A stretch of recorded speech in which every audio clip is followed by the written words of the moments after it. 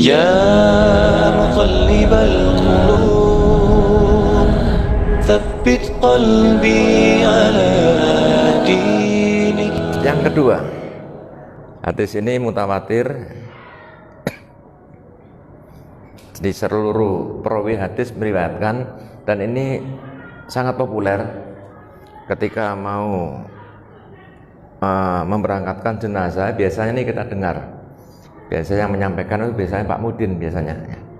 Insya Allah banyak yang hafal ya. Nabi bersabda, "Idza mata ibnu Adam in qata'a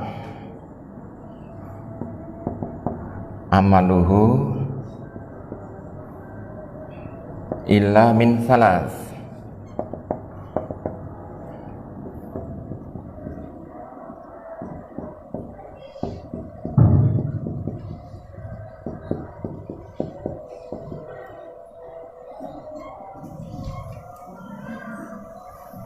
Saya tulisnya, terjemahnya, apabila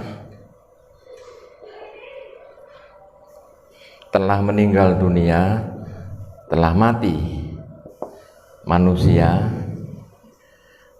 di sini adalah yang beriman. Yang tidak beriman nggak masuk hadis ini ya, karena Rasulullah berbicara dalam konteks orang beriman. Apabila telah meninggal dunia manusia yang beriman, maka terputuslah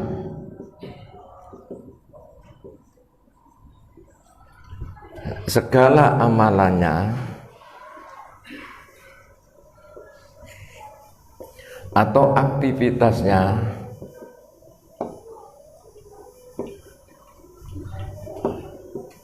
kecuali tiga hal. 1, 2, 3. Coba kita pahami kalimat di hadis ini. Jadi dengan seksama ya. Idza mata ibnu Adam in qata'a amaluhu illa min salas. Apabila telah meninggal dunia anak Adam atau manusia yang beriman, maka terputuslah segala amalannya, segala aktivitasnya.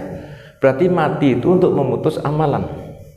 Berarti sudah nggak bisa beramal lagi, sudah nggak bisa beraktivitas lagi, kecuali 3. Oh, berarti ini hidup. Inilah panjang umur sebenarnya. Jadi meskipun jasadnya, fisiknya sudah dimakamkan, tapi amalannya tetap hidup, tetap jalan dengan 3 hal. Nah, 3 hal inilah realnya silaturahim, yaitu sedekatin jariyah, sedekah jariyah.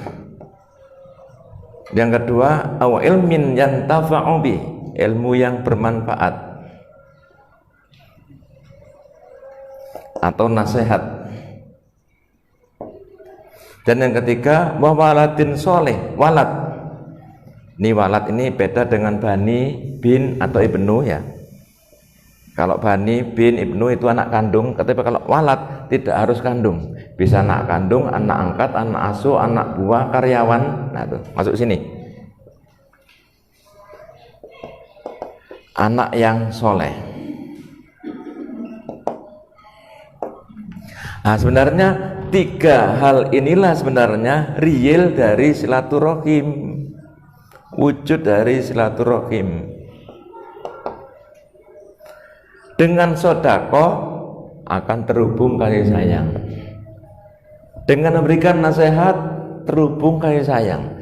Dengan membina, dengan mendidik, memelihara anak tersambung kasih sayang.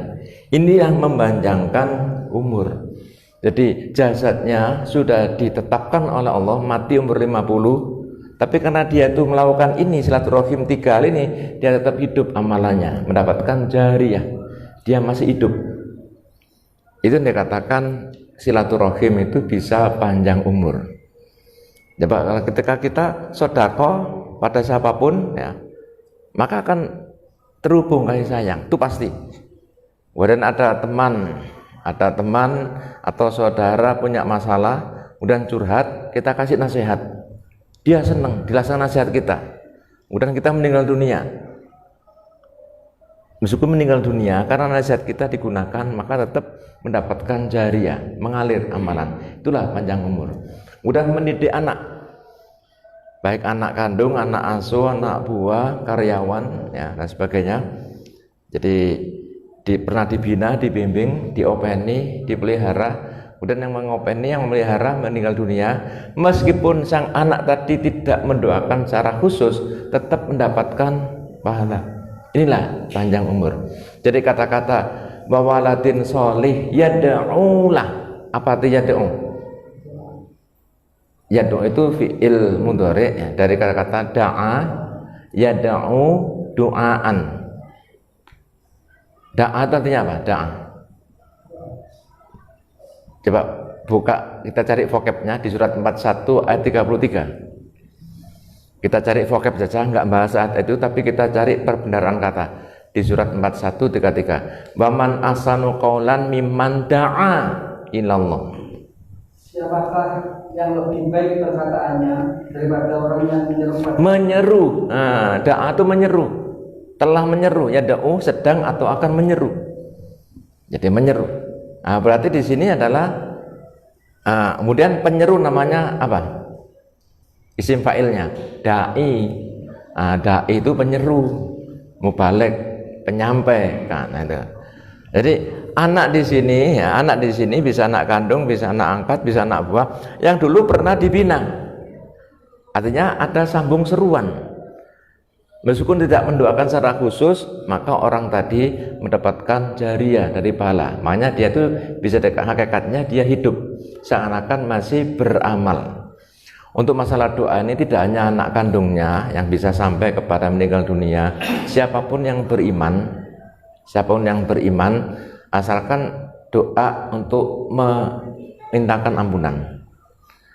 Dalam hadis Ahmad, Rasulullah bersabda, panjang sekali hadisnya, diakhiri dengan kalimat fa inna hadiyatal ahya ilal amwat al istighfar lahum. Sesungguhnya satu-satunya hadiah yang bisa diberikan oleh yang hidup kepada yang sudah meninggal dunia adalah memintakan ampunan. Ini yang hidup itu siapa? Tidak hanya anaknya, siapapun. Kan diawali dengan mal mayit fil qabri illa kal qurikil mutahawis dan tadur dakwah. Jadi menunggu doa dari siapa saja, abin, umin, ahin, ausotik, siapapun disebutkan, tidak harus anaknya. Nah, sedangkan di sini yang dulu pernah ada seruan, pernah dibina, pernah didik. Ini sebenarnya silaturahim. Nah, sehingga silaturahim itu tidak harus dengan ketemu.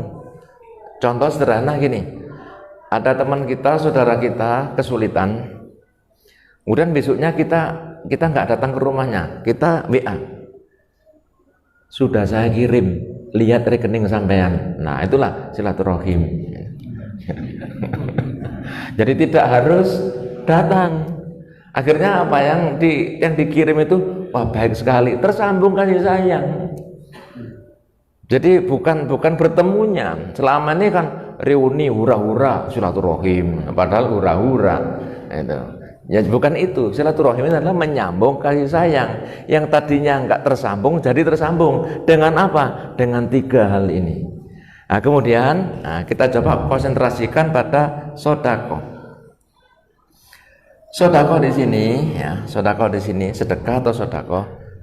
Jangan hanya dibayangkan kita masukkan duit ke omplong di masjid saja, atau ke orang miskin saja. Rasulullah pernah bersabda, sesuap nasi yang kamu berikan kepada keluargamu itu adalah sodako. Jadi sesuap nasi yang kau berikan pada keluargamu, anak-anakmu atau siapapun di keluarga, itu sodako. Apalagi bersuap-suap ya, banyak kan. Jadi itu, jadi sodako itu pokoknya pemberian. Kemudian yang kedua, ada hadis yang lain, Nabi bersabda, harta yang benar-benar milikmu itu adalah hanya 2, yaitu harta yang sudah kamu pakai, kamu makan, dan yang sudah kamu sodakokan, yang kamu berikan orang. Itulah harta kita sendiri.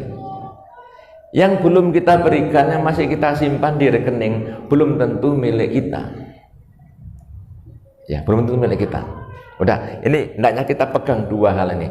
Sedekah itu pokoknya harta kita berikan pada siapapun, termasuk kepada keluarga, pada anak-anak. Itu juga sedekahnya orang tua kepada anak. Nah, kemudian yang ada kaitannya ya di sini kan antara mata telah mati, ya ini mati, dengan sedekah ini dikaitkan. Dengan sedekah bisa panjang umur, itu benar karena sedekah bagian salah satu dari silaturahim. Tidak hanya dalam hadis ini dihubungkan, tapi juga dalam Al-Quran disebutkan di surat 63 ayat 10. Terjemahan yang baru. Ya, terjemahan yang baru. Wa anfiqu mimma razaqnakum min qabli ayyatiya ahadakumul maut fayaqula rabbi laula akhartani ila jalin qarib fa as-saddaqa wa akum minas solihin. Ya. 63 ayat 10 Al-Munafiqun, ya. Ya, belanjakanlah, infakkanlah, dan infakkanlah sebagian dari apa yang telah diberikan kepadamu sebelum kematian datang kepada salah seorang di antara kamu. Lalu dia berkata dalam menyesali, ya Tuhanku, sekiranya Engkau berkenan menunda kematianku sedikit lagi, maka aku dapat bersedekah dan aku akan termasuk orang-orang yang soleh. Coba ulangi lagi. Ulang. Dan infakkanlah sebagian dari apa yang telah diberikan kepadamu sebelum kematian datang kepada salah seorang di antara kamu. Yeah. Lalu dia berkata dan perlu menyesali, ya Tuhanku, sekiranya Engkau berkenan menunda kematianku sedikit waktu lagi, maka aku dapat bersedekah dan aku akan termasuk orang-orang yang soleh. Iya, jadi sini mati juga dihubungkan dengan sedekah. Berarti tadi kan menyesal kan? Yang menyesal siapa? Orang beriman atau orang kafir? Apa? Orang beriman, bukan orang kafir. Orang beriman. Yang suruh sedekah itu kan orang beriman, orang kafir nggak kenal sedekah kan itu. Jadi orang beriman menyesal. Kenapa kok menyesal? Nah, ini perlu kita lacak. Kenapa kok menyesal orang beriman tadi? Kenapa tadi di situ? Kenapa?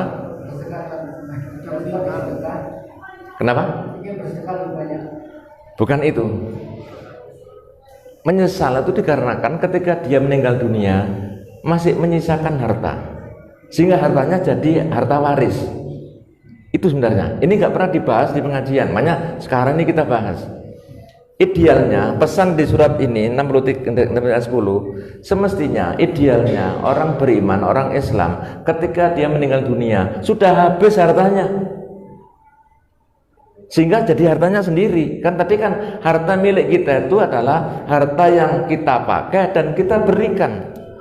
Cara menghabiskan bagaimana? Dibagi ke anak-anaknya sebagai sedekah. Jadi hukum waris itu solusi, bukan tujuan.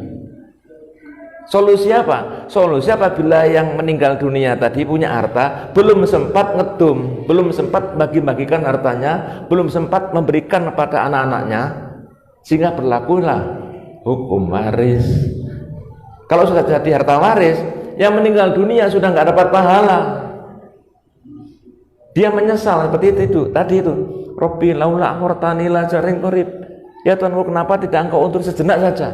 Untuk apa? Aku habiskan hartaku untuk sedekah sehingga aku dapat pahala. Sehingga apa yang saya usahakan ketika masih kuat, masih hidup itu bermanfaat untuk saya. Jadi ini pesan penting bagi kita. Jadi sayangnya ini nggak pernah dibahas sampai ke sana. Jadi hukum waris itu adalah solusi, bukan tujuan. Kemudian pesan yang kedua, kalau seorang sudah meninggal dunia, sudah nggak bisa sedekah maupun disodakoi. Jadi andai kata ada anaknya ini ke masjid, ini sedekahnya orang tua saya dan meninggal dunia, itu nggak bisa. Sedekah itu ketika masih hidup, itu.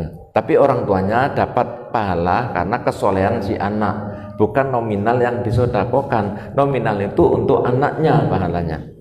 Tapi pesan penting tadi itu adalah yang pertama, hendaknya idealnya setiap orang beriman ketika meninggal dunia sudah habis hartanya, tidak menyisakan harta sama sekali, tidak meninggalkan harta waris. Seperti Rasulullah nggak meninggalkan harta waris. Kemudian teknisnya bagaimana? Nah, ini teknisnya itu ada di surat 180. Coba dua-duanya dibuka. Yang baru maupun yang lama. Nanti yang lebih tepat, yang benar itu yang lama, terjemahan yang lama. Coba dua-duanya dibuka dulu. Surat 2 ayat 180 itu diawali dengan kata-kata kutiba. Kutiba alaikum idza hadara ahadakumul maut intaraka lil wasiyata lil walidan wal aqrabin, ya. Terjemahan yang baru dulu dibaca. Diwajibkan atas kamu apabila mau tidak menjemput seseorang di antara kamu, jika dia meninggalkan harta berwasiat untuk kedua orang tua dan karib kerabat dengan cara yang baik, sebagai kewajiban bagi orang-orang yang bertakwa. Cukup. Di situ ada kalimat maut hendak menjemput, iya gitu. Iya. Coba maut hendak menjemput, apa yang kita bayangkan? Sakatul maut, dari kurang beberapa detik mau meninggal. Ini nggak bisa membagikan harta. Nah, sekarang terjemahan yang lama itu yang benar. Nanti kata-kata wasiat ganti dengan pesan. Diwajibkan atas kamu apabila seseorang di antara kamu kedatangan atau dalam kurung tanda maut. Kata dalam kurungnya nggak usah dibaca ya, nggak usah dalam kurung nanti ya. Pokoknya apa adanya baca. Ya. Diwajibkan atas kamu apabila seseorang di antara kamu kedatangan tanda-tanda maut. Nah, kedatangan tanda-tanda maut kan beda jauh dengan maut tidak menjemput, kan gitu. Kalau maut tidak menjemput kurang beberapa detik sudah mati kan. Tapi kalau kedatangan tanda-tanda maut, orangnya masih segar bugar, masih sehat walafiat. Maaf ini agak kalimat kasar ya. Tanda-tanda maut itu 5B. Budek, beser, botak, kalau nggak botak uban ya. Kemudian bogang ya. Kemudian apa lagi? Satunya itu. Ya budek, bogang, botak, beser, bogang lah itu. 5B. Jadi ini tanda-tanda maut ini. Ini tanda-tanda maut. Ini poel itu bogang, tanda-tanda maut. Kalau sudah demikian, kumpulkan anak-anak. Ulangi lagi dari awal sampai akhir. Nanti kata-kata wasiat ganti dengan berpesan. Diwajibkan atas kamu apabila seseorang di antara kamu kedatangan tanda-tanda maut, jika ia meninggalkan harta yang banyak, berpesan untuk ibu, bapak, dan kerabatnya secara makruh. Ya.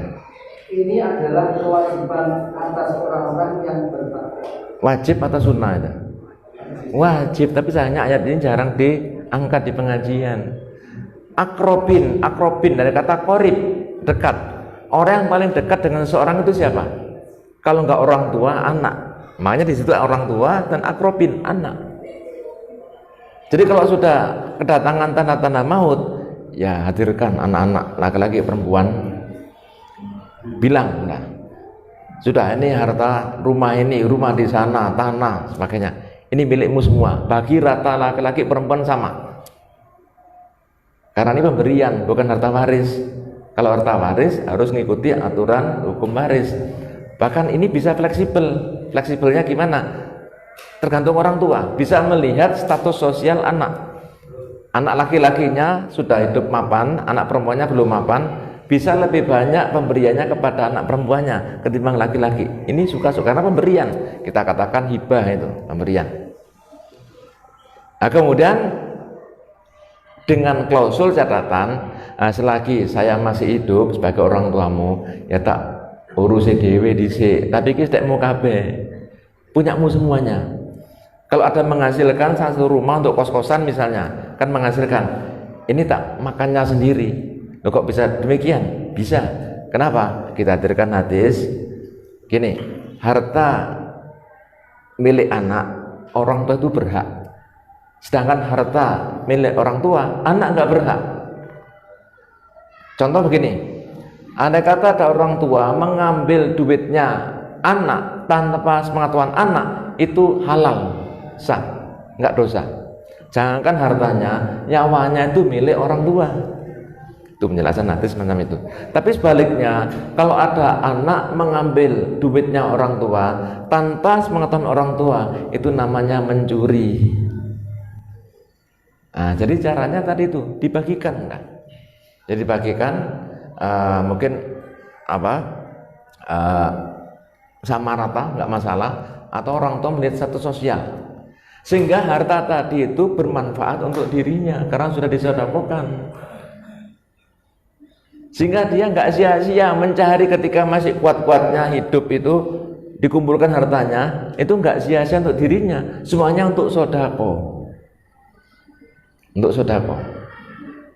Kemudian ada orang tua begini, kalau saya sudah meninggal dunia, nah, kalau ada masjid bangun minta bantuan, kasih. Nah, ini anak-anak harus cerdas, hendaknya menyisihkan maksimal sepertiga dari harta itu maksimal. Andai kata gak sepertiga nggak masalah. Jadi untuk melaksanakan wasiatnya orang tua tadi, kita harus tahu wasiat itu yang boleh menerima itu di luar ahli waris. Nabi bersabda, la wasiat ahli waris, nggak boleh memberikan wasiat kepada ahli waris. Jadi penerima wasiat itu harus bukan ahli waris. Contohnya begini, andai kata ada orang tua diam-diam nulis surat wasiat, rumah yang ada di jalan ini saya berikan kepada anak saya namanya si A, gitu. Dan disimpan. Padahal anaknya 5 kan itu. Dan setelah meninggal dunia ditemukan surat wasiat tadi. Ternyata penerimanya salah satu anaknya. Ini nggak boleh dilaksanakan karena penerimanya ahli waris. Kecuali kalau dia nulis wasiat, sebidang tanah yang ada di jalan ini saya wakafkan ke masjid, ini harus dilaksanakan, asalkan tidak melebihi sepertiga. Loh, kenapa? Karena ada satu peristiwa pada zaman Rasulullah, ada seorang mempunyai harta yang banyak, kemudian mengatakan pada Rasulullah, seluruh harta saya ini aku berikan pada Baitul Mal, semuanya. Nabi mengatakan jangan semuanya, kalau begitu separuh ya Rasulullah, terlalu banyak. Kalau begitu sepertiga, ini sudah sangat banyak. Kemudian Rasulullah memberikan komentar, sesungguhnya Allah lebih suka apabila kamu meninggalkan anak-anakmu dalam keadaan berkecukupan. Oh, berarti kita sodakokan pada anak-anak, itu sudah sodako. Jadi kalau kita hubungkan dengan surat 280 dengan hadis tadi itu, pada anak pun itu sodako, itu pahalanya orang tua. Tapi kalau belum dibagi-bagikan, keburu meninggal dunia, ya sudah, harta tadi bukan harta milik yang mati tadi, sudah pindah tangan ke ahli waris. Cara pembagiannya itu saklek. Meskipun anak laki-lakinya itu hidup mapan, anak perempuannya enggak mapan, anak laki-laki dapat 2, anak perempuan dapat 1, dan orang tua enggak dapat pahala. Jadi itu sebenarnya pesan di 2 ayat itu, 63:10 tadi, Rabbi laula akhartani ila jalin qarib fa asaddaqo wa aku minas sholihin. Ya Tuanku, kenapa tidak engkau untuk sejenak kematianku ini, supaya saya bisa menghabiskan harta untuk sedekah, sehingga pahalanya untukku, hartaku bisa bermanfaat untuk diriku. Nah, makanya kalau ini sudah kita laksanakan, kita sudah beres. Jadi artinya ketika meninggal dunia, ya harta itu untuk kita semuanya, karena sudah kita kasihkan, berarti kan milik kita sendiri sebagai pahala.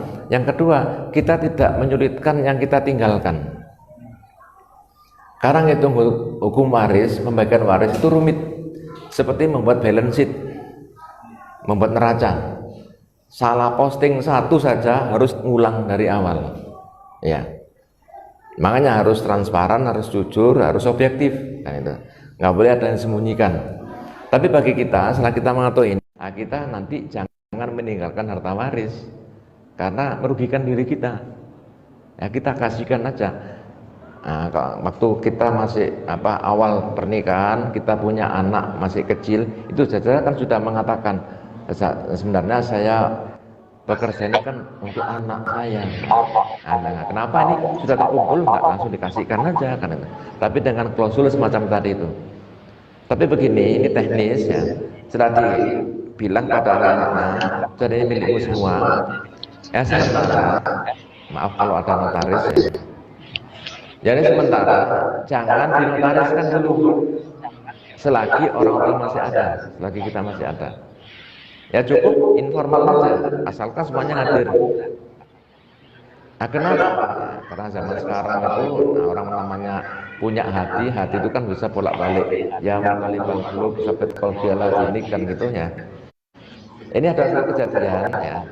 Melaksanakan surat ke-80, kemudian terima mati orang tuanya itu dikasihkan pada anak kandungnya si A, laki-laki. Dia rumah yang sana pada anaknya B. Kemudian anak-anaknya itu sudah punya sisian masing-masing. Yang A tadi sudah punya istri kan itu. Tahu-tahu yang meninggal duluan si A, anaknya. Nah, ini akhirnya masalah. Karena dia sudah punya surat, mungkin nggak tahu, mungkin istrinya mau nikah lagi, kira-kira gitu ya. Ya kira-kira gitu. Akhirnya dia tega ngusir mertuanya. Nah, karena dia punya surat, kekuatan dengan surat tadi. Makanya ini untuk mengantisipasi jangan sampai muncul semacam ini. Makanya ya kita informal. Ini justru kalau kita bagikan semacam itu, kedekatan, silaturahim, kasih sayang akan tersambung antara orang tua dan anak, dan antara saudara dengan saudara. Terkadang kita bagikan gitu aja, anak-anak yang sudah kita didik dari awal baik bilang begini, udah saya nggak mau, nanti saya akan mau cari sendiri aja. Nah, kita siap-siap jawab, masa kamu nggak rela orang tamu dapat pahala. Nah, itu akhirnya kan lebih dekat gitu. Jadi lebih dekat. Ini dalam rangka saya bagi itu untuk saya, bukan untuk kamu. Supaya harta ini bermanfaat untuk saya, karena saya dulu yang mengusahakan, yang nyari. Supaya bermanfaat, maka aku sedekahkan pada kamu sekalian. Jadi itu. Mungkin dari sini ada pertanyaan dulu, saya persilakan. Jadi memang ini materi yang mungkin jarang disampaikan ya. Setelah kita mengetahui ini, nggak perlu dipikirkan lagi, dilaksanakan aja. Jadi supaya bermanfaat harta itu untuk kita. Nanti mungkin pulang rundingan. Suami istri rundingan, lebih enak gitu. Kalau gini, coba kalau belum dibagikan, salah satu ya sebagai orang tua, suami atau istri meninggal dunia, salah satu, apakah suami atau istri meninggal duluan, itu harus cepat-cepat dibagi harta waris. Kalau itu enggak dibagikan, dan ini rumit. Masih ada semacam khilafiyah, kontroversi antara para ulama kan itu dalam pembagian waris itu. Makanya agar enggak merumitkan ya lebih baik yang ya semacam ini, dan ayatnya ada, hadisnya juga ada. Makanya ini kita dekati pendekatan komprehensif, akhirnya ketemu semacam ini. Dan itu insya Allah kita ikhlas melakukan karena untuk diri kita, dan kita sedekahkan pada anak-anak kita. Nah, kemudian untuk anak-anak kita dimanfaatkan dengan yang baik, kita tetap mendapatkan jariah terus sampai kepada anak cucu dan seterusnya. Namanya tanda kutip ya, secara ekstrim ya kita hentikan aja, kita punya warisan. Nah, itu.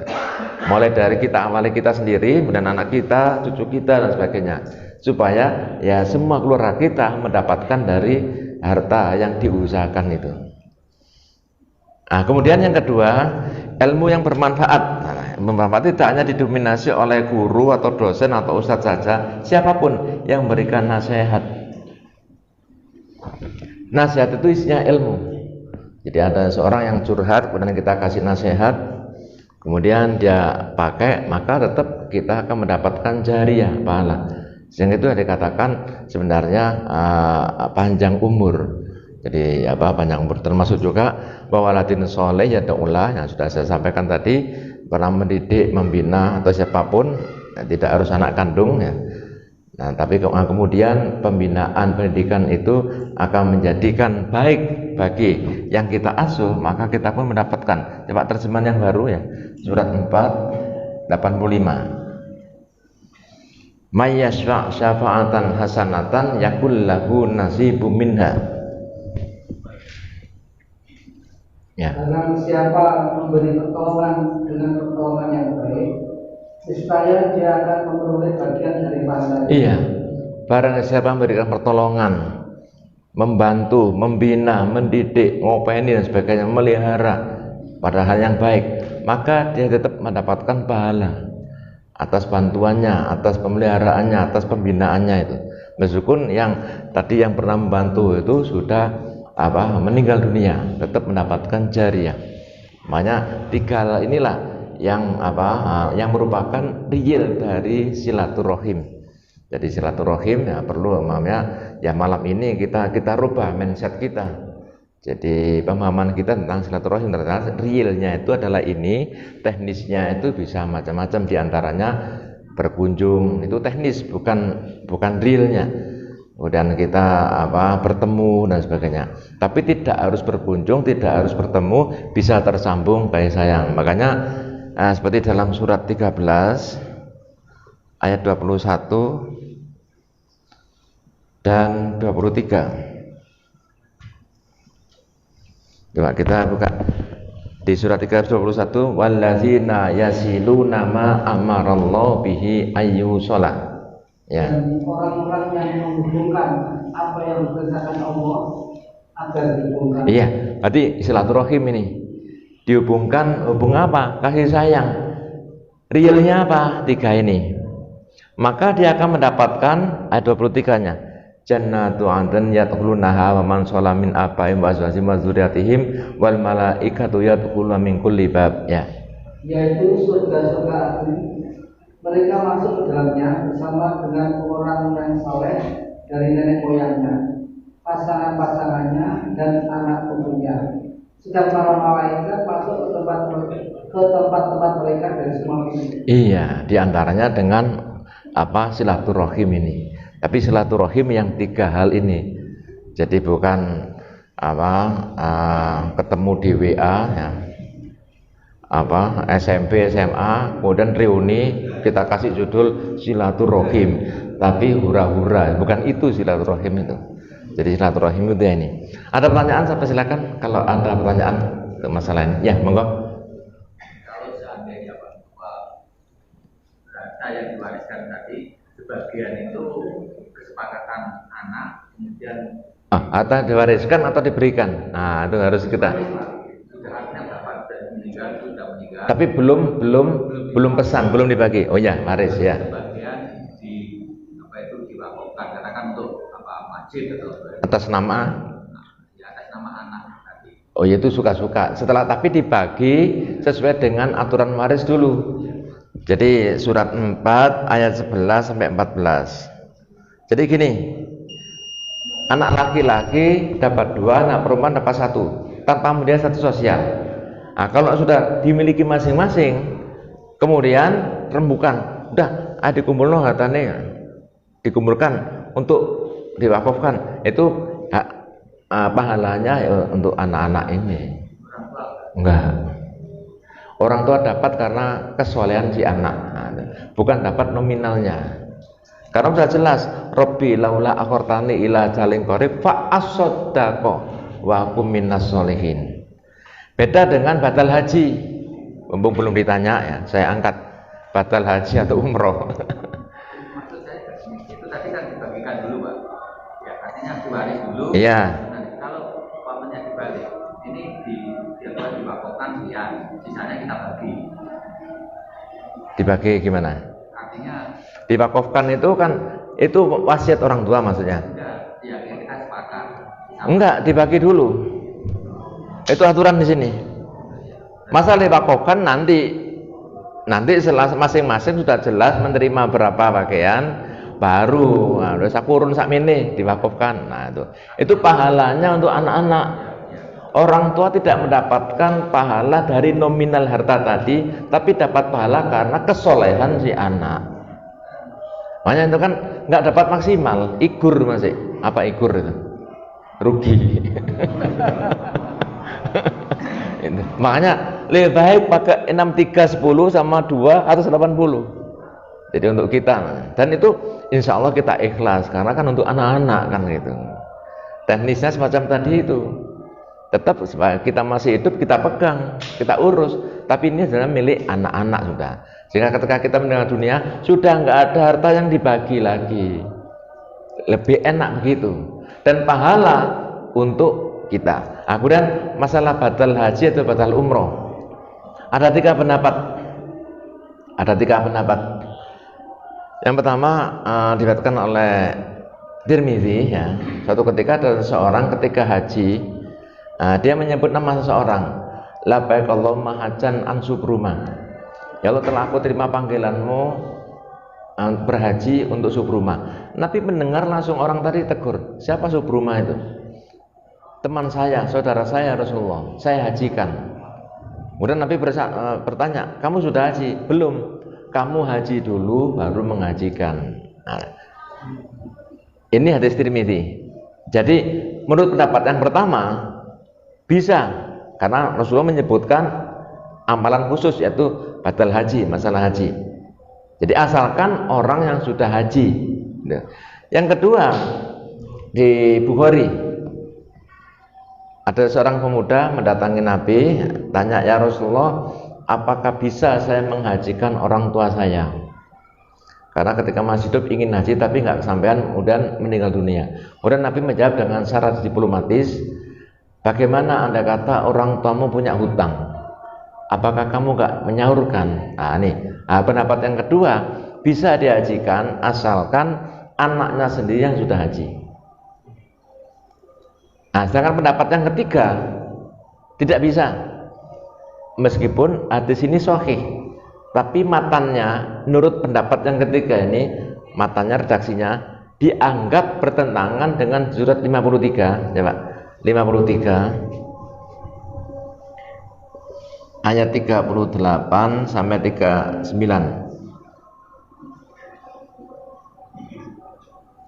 Allah taziru waziratun wizra ukhra wa alla salil insani illa ma sa'a.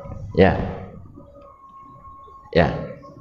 Yaitu bahwa seseorang yang berdosa tidak akan memikul dosa orang lain. Terus?